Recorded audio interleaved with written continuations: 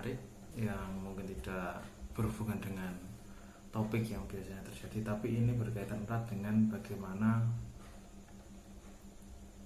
kita membangun perkembangan psikologi manusia ya.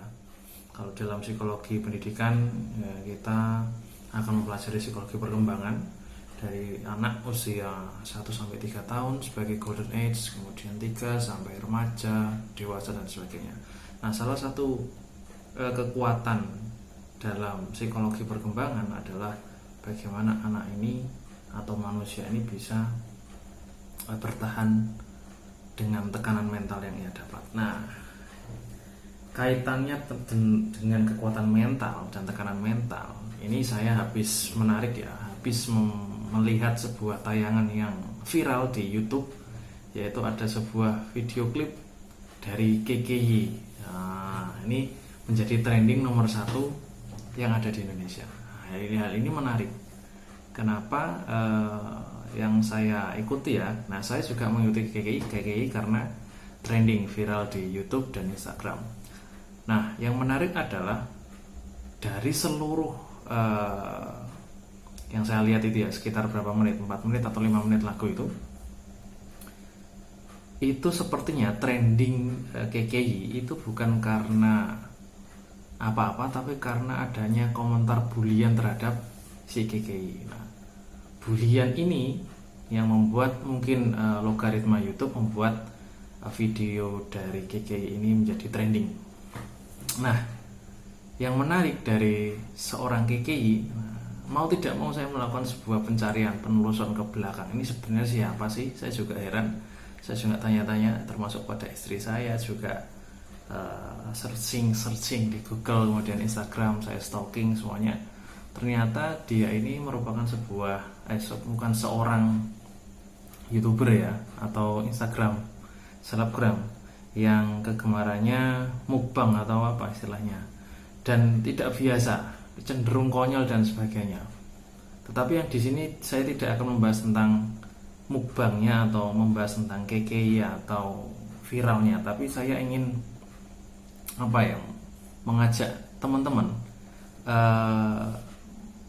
untuk mencontoh sikap mental dari seorang KKY. Ini yang perlu kita hargai dari seorang KKY.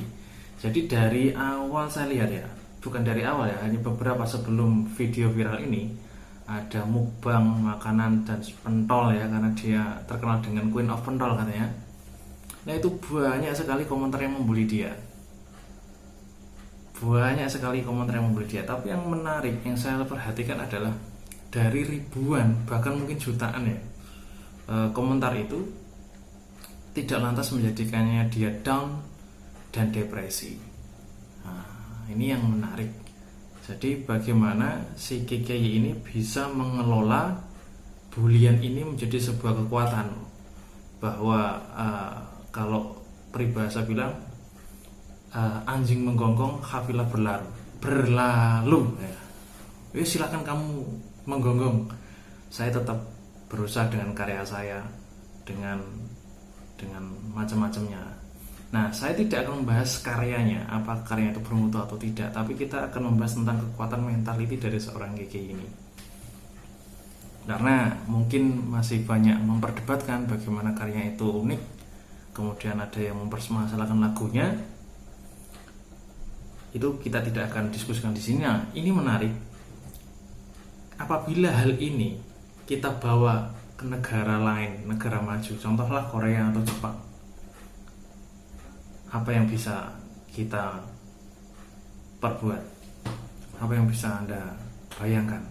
Karena banyak sekali kejadian bunuh diri di Korea dan Jepang akibat dari buliannya pun dari para netizen, dan itu banyak sekali artis-artis Korea dan Jepang yang melakukan commit suicide karena tidak tahan karena bulian haters. Nah, ini menjadi menarik bagi kita, bagaimana kita bisa mengelola sebuah bulian ini menjadi sebuah pijakan atau tapakan. Oke, aku akan tetap berkarya meskipun kamu komentar jelek. Nah, ini yang harus kita jadikan pelajaran. Ya, kekuatan mental KKI harus kita jadikan pelajaran.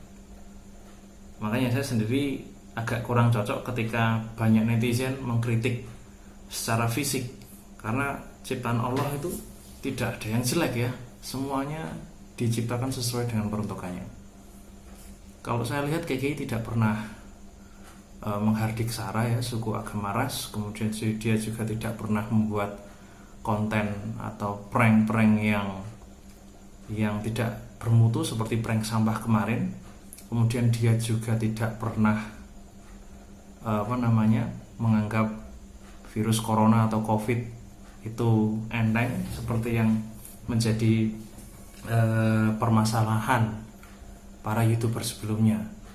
Lantas kalau dia nggak ganggu kita, kenapa kita harus mengganggu dia? Nah, ini ada dua pelajaran penting sebenarnya. Bahkan banyak. Yang pertama, kita harus meniru pelajaran mental dari KKI. Yang kedua adalah dahung dia itu nggak ngapa-ngapain kok kita suka membuli, berarti kita masih suka membuli orang. Nah, di sini kalau kita melihat relasi kuasa, ternyata kita suka sekali mengintimidasi atau menghegemoni orang-orang yang dalam tanda kutip kita anggap lemah, baik lemah secara ekonomi, secara pendidikan, maupun secara appearance, physical appearance. Mungkin kayak bagi beberapa orang Anda mengatakan bahwa dia kurang cukup begitu cantik atau elok gitu ya. Tapi apakah pantas karena kekurangan itu kita lantas membenarkan bully terhadap KKI? Dia warga negara, dia juga manusia. Kenapa kita tidak bisa berkasih sayang terhadap KKI?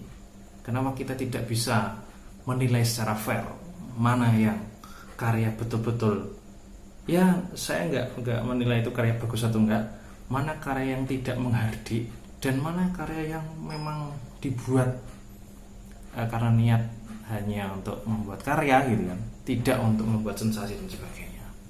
Nah, ini bagi kita, mari saya pribadi mengajak kita semua untuk kembali belajar dari kasus KKI ini, terlepas dari kontroversi yang dihasilkan oleh KKI. Dan sekali lagi, jangan sekali-kali atau jangan mengulangi lagi kita membuli, apalagi kita sering pakai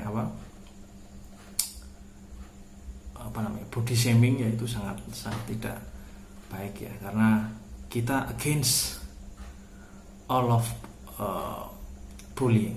Kita melawan semua bentuk diskriminasi, hegemoni, kesewenang-wenangan, ketidakadilan.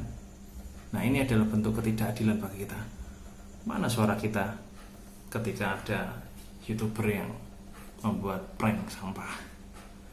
Kenapa tidak kita bully sedahsyat KKI? Nah, KKI gak ngapa-ngapain kalau kita bully. Di mana rasa kemanusiaan kita? Saya kira itu, mudah-mudahan bermanfaat diskusi kita malam hari. Terima kasih. Assalamualaikum warahmatullahi wabarakatuh.